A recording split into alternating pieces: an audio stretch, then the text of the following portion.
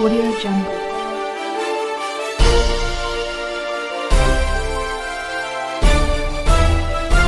Audio Jungle. मैं रंजन कुमार, नमस्कार। अभी आप देख रहे हैं कंचन न्यूज़। इसे लाइक, सब्सक्राइब एवं बेल आइकॉन दबाना ना भूलें ताकि न्यूज़ का नोटिफिकेशन सबसे पहले आपके पास पहुंचे। अब चलिए खबरें विस्तार से। रामविलास और खास तौर पर बिहार फर्स्ट, बिहारी फर्स्ट ने इस विषय पर गंभीरता से अध्ययन हम लोगों ने किया है और हम लोग चाहते हैं कि बिहार में एक ऐसी परिस्थिति बने जहां पर बिहार में अपराध पूरी तरीके से नियंत्रित हो।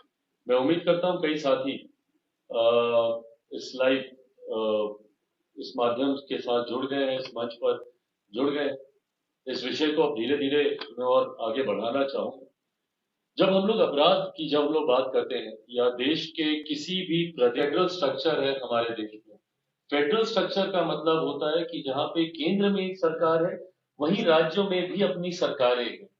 केंद्र सरकार के अपने अधिकार होते हैं, वहीं राज्य सरकारों के पास अपने अधिकार होते हैं और कई ऐसे विषय हैं जो कि राज्य सरकार की सूची में आते हैं, जिसमें से लॉ एंड ऑर्डर पूर्णतः राज्य सरकार की विषय सूची में ही आता है।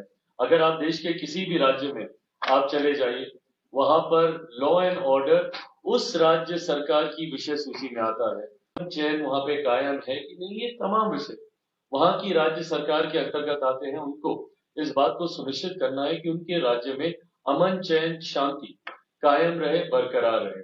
उसी तरीके से शिक्षा भी राज्य सरकार की विशेष सूची में आता है, स्वास्थ्य राज्य सरकार की विशेष सूची में आता है। पर क्योंकि आज की तारीख में हम लोग सिर्फ अपराध को लेकर हम लोग चर्चा कर रहे हैं और आने वाले दिनों में कई ऐसे लाइव प्लेटफॉर्म्स पे कई और विषय हैं, क्योंकि बिहार में शिक्षा पर भी चर्चा करनी उतनी ही जरूरी है, बिहार में स्वास्थ्य पर भी चर्चा करनी उतनी ही जरूरी है।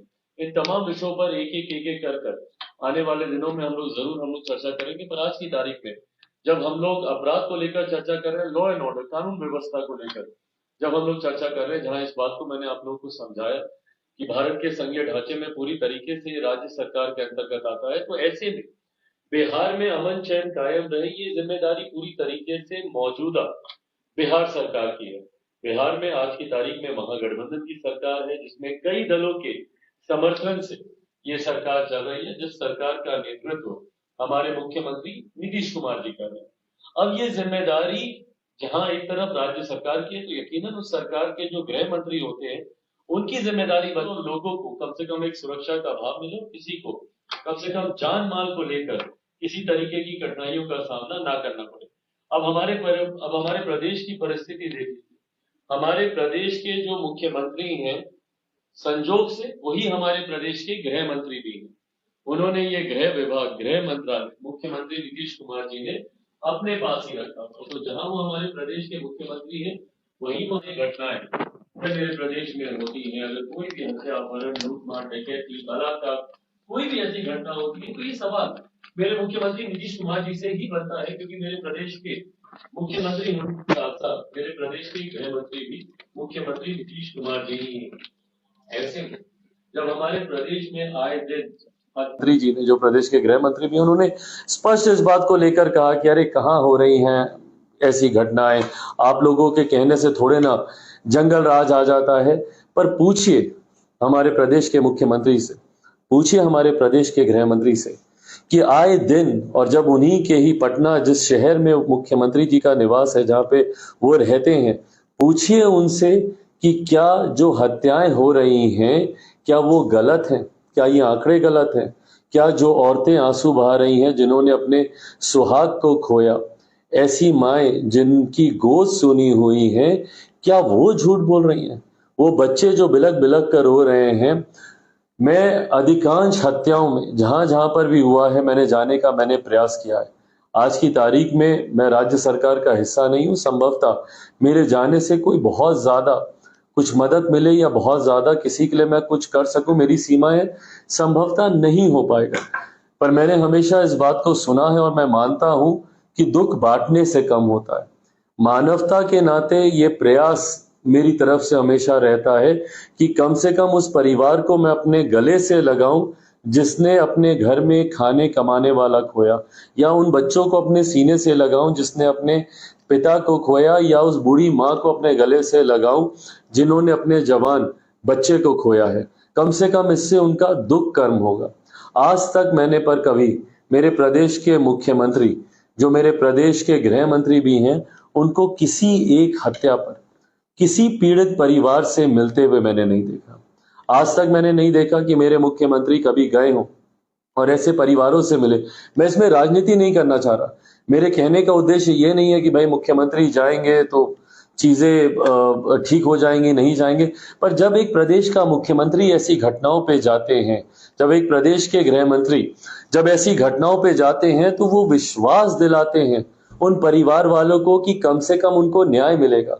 जो व्यक्ति उस परिवार वाले ने खोया उसकी भरपाई कोई नहीं कर सकता, वो व्यक्ति कभी वापस भी नहीं आएगा, पर कम से कम परिवार को इस बात का दिलासा तो मिलेगा, इस बात का विश्वास तो होगा कि भाई मुख्यमंत्री मेरे दरवाजे तक आए, मेरे गृह मंत्री मेरे दरवाजे तक आए, तो कम से कम स्थानीय प्रशासन इतनी मुस्तैदी दिखाएगा और कम से कम उस पीड़ित परिवार को न्याय मिलने में कम से कम मदद होगी। पर आज तक एक तस्वीर हम लोगों ने ऐसी नहीं देखी जहां पर मुख्यमंत्री नीतीश कुमार जी ने ऐसे पीड़ित परिवार से जाकर मिलना जरूरी समझा हो।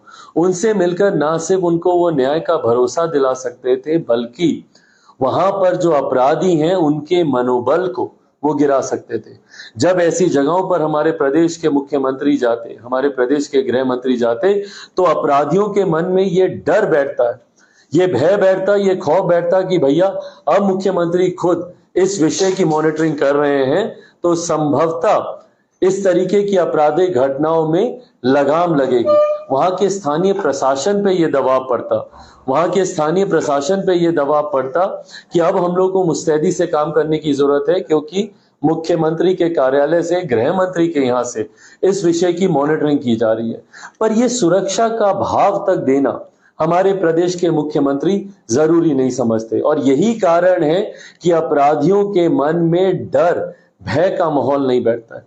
जब तक किसी में कानून का डर नहीं बैठेगा तो अपराधी किस तरीके से आपराधिक घटनाओं को कम करेगा।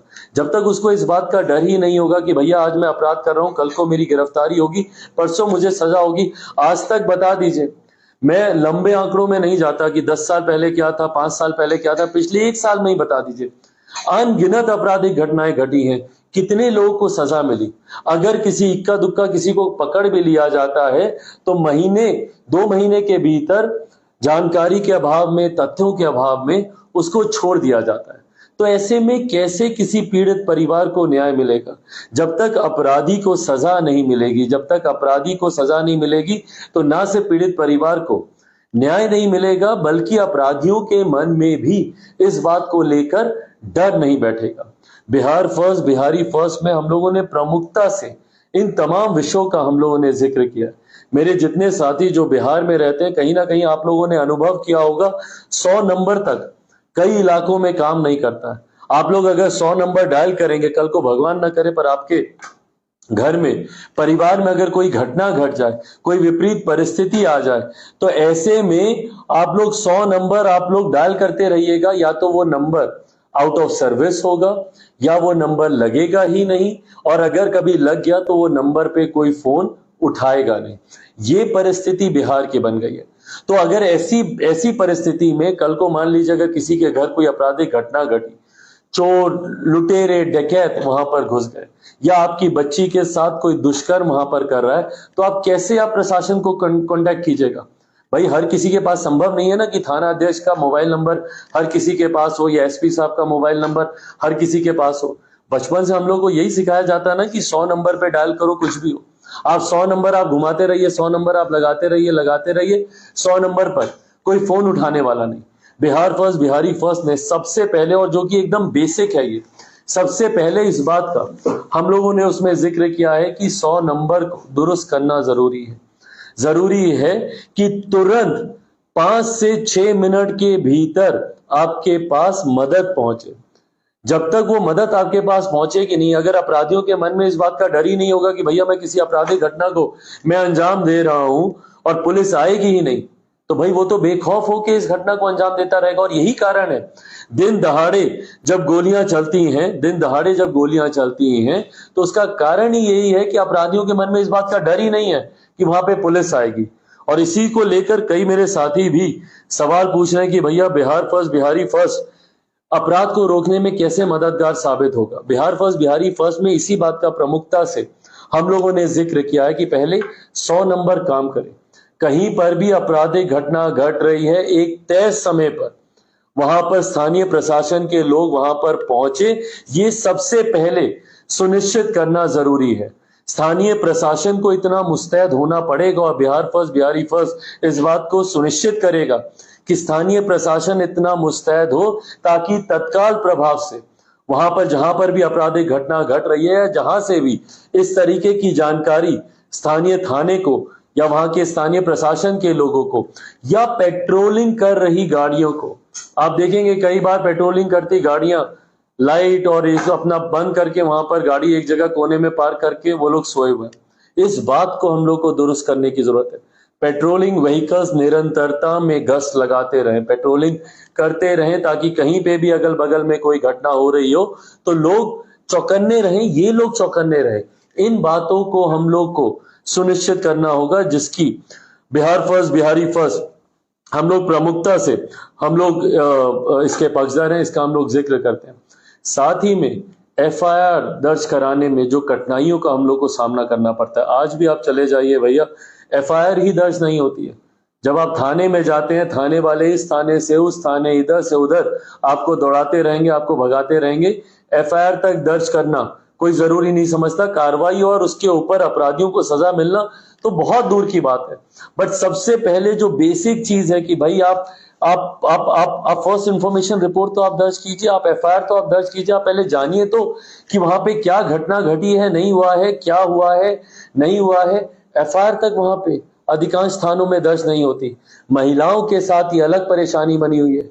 वो थानों आज की तारीख में विषय आ रहा है, ये कोऑर्डिनेशन करने की जिम्मेदारी उस थाने की होगी, पर सबसे पहले वहां पर उसकी एफआईआर दर्ज हो, इस बात को सुनिश्चित करने की जिम्मेदारी प्रशासन की है, जिसको बिहार फर्स्ट बिहारी फर्स्ट हम लोग मेक श्योर करेंगे कि इसको किया जाए। बिहार में आप सबको मेरी आवाज ठीक से आ रही हो। साथ ही में इस बात को भी हम लोग को सुनिश्चित करने की जरूरत है कि तय सीमा पे टाइम बाउंड कुछ ऐसे अपराध हैं जिसको अगर आप अनंत काल के लिए छोड़ दीजिएगा तो वो पुनः कारण बनते हैं अपराधियों के मन से डर को मिटाने के लिए। लोगों को लगता है कि भैया क्या होगा, हम जाएंगे, अगर पकड़ भी लिया तो सालों साल केस चलेगा, निकल जाएंगे, छूट जाएंगे। निर्भया का एक मैटर है जिसको मैंने लोकसभा में सदन के पटल पर भी मैंने उठाया था और उस वक्त भी मैंने कहा था कि अपराधियों के मन में डर इसीलिए नहीं है क्योंकि निर्भया का मैटर सालों साल चला और इतने विकल्प अपराधियों को दिए गए। उस वक्त भी मैंने as a lawmaker Bharat की संसद में खड़े होकर मैंने कहा था कि हर उस कानून को हम लोग को बदलने की जरूरत है जो अपराधियों को इतने विकल्प देते हैं और साल दर साल उनको बचने के मौके देते हैं। तारीख पे तारीख ये एक बहुत मशहूर डायलॉग हम लोगों ने सुना था जो कहीं ना कहीं आज की तारीख में हकीकत बन गया। अपराधियों के पास इतने विकल्प होते हैं, उनको एक के बाद एक तारीख पे तारीख दी जाती है। सोचिए ऐसे में उस पीड़ित परिवार पे क्या गुजरती होगी जो न्याय की आस में दशकों बिता देते हैं, सालों बिता देते हैं, पर उसके बाद भी संभवतः उन लोगों को न्याय नहीं मिलता। ऐसे में टाइम बाउंड जांच होनी जरूरी है, वर्डिक्ट आना जरूरी है, एक तय समय सीमा पर ये तमाम कार्रवाई हो, फास्ट ट्रैक किए जाने चाहिए कई मैटर्स जिसको बिहार फर्स्ट बिहारी फर्स्ट में हम लोगों ने बहुत प्रमुखता से उठाया, जिसमें खास तौर पर महिला उत्पीड़न से जुड़े हुए जितने विषय हैं उसको फास्ट ट्रैक होने की जरूरत है। इन विषयों को तत्काल प्रभाव से इनका निपटारा करने की जरूरत है ताकि ना सिर्फ उस पीड़िता को उसको कम से कम न्याय मिले, ताकि अपराधियों के मन में भी डर हो कि भैया पिछला वाला ये मैटर हुआ था, ये केस हुआ था, तुरंत उसको फांसी की सजा मिली, तुरंत उसको उम्र कैद की सजा मिली, या जो भी जिस भी तरीके का वो अपराध हो। घृणित से घृणित अपराध हमारे प्रदेश में होते हैं पर उसके बावजूद अपराधी खुलेआम घूमते हैं। खुलेआम अपराधी को तो शर्मसार होना बहुत दूर की बात है, वो उस पीड़िता को शर्मसार करते हैं। उसके घर वाले अपने गांव घर को छोड़ के जाने के लिए मजबूर होते हैं, जबकि शर्म उस अपराधी को आनी चाहिए। हाल फिलहाल के दिनों में शायद ही बिहार का कोई ऐसा जिला रहा होगा जहां पे आपराधिक घटनाओं को लेकर मैं वहां पे नहीं गया। और आज की तारीख में चिंता तो हम लोग की तब और ज्यादा बढ़ जाती है जब पुलिस तक हमारे प्रदेश में सुरक्षित नहीं है। सोचिए, जिस प्रदेश में पुलिस सुरक्षित नहीं है वहां पे प्रदेशवासी कैसे सुरक्षित रहेंगे, ये अपने में एक बहुत बड़ा प्रश्न चिन्ह है। हमारे सुरक्षा कर्मी जिनके ऊपर ये जिम्मेदारी है, प्रशासन के लोग जिनके ऊपर जिम्मेदारी है हम लोग को सुरक्षित रखने की, सबसे पहले उनको एक सेंस ऑफ सिक्योरिटी मिलना चाहिए। सबसे पहले उन लोगों को तमाम तरीके की वो सुख सुविधाएं मिलनी चाहिए। आज की तारीख में छोटी छोटी चीजें हैं, पर सोचिए किस तरीके के उनको शस्त्र मिलते हैं। ऐसी ऐसी राइफल्स मिलती हैं जो कि संभवतः समय आने पर काम तक नहीं करती होंगी। कितनी बार इन चीजों की समीक्षा की जाती है। हमारे पुलिस कर्मियों की फिटनेस की कितनी बार समीक्षा की जाती है कि कल को कोई अपराधी आए और वो भाग रहा हो तो दौड़ के उसको चेस कर कर ये पुलिसकर्मी पकड़ लें। इन तमाम चीजों पर हम लोग को काम करने की जरूरत है। पुलिस कर्मियों की फिटनेस को लेकर हम लोग को चिंता करने की जरूरत है। उनको मिल रहे उपकरणों को लेकर क्या वो उतने सुरक्षित हैं। उन लोगों की बुलेट प्रूफ जैकेट्स की बात हो या आधुनिक उपकरणों की बात हो, उनके जो उनको गन्स मिलती हैं, राइफल्स मिलती हैं, वो state of the art technology से लेस है कि नहीं, वो मॉडर्न है कि नहीं। इन तमाम चीजों पर हम लोग को अध्ययन करने की जरूरत है। इन तमाम चीजों पर सरकार को इन्वेस्ट करने की जरूरत है। सरकार को जरूरी है कि अपने राजस्व का एक बड़ा हिस्सा अपने प्रदेशवासियों की सुरक्षा के लिए खर्च किया जा सके। पर अफसोस इस बात का है कि हम लोग एक ऐसे राज्य से आते हैं जहां पे घोटाले तो हजारों करोड़ के हो जाते हैं, पर वहीं जब प्रदेशवासियों की सुरक्षा से जुड़े हुए विषय आते हैं तो उसमें राज्य सरकार अपने राजस्व का एक हिस्सा तक सही तरीके से खर्च करना जरूरी नहीं समझती। न्यू अपडेट के लिए देखते रहिए मैं रंजन कुमार, कंचन न्यूज।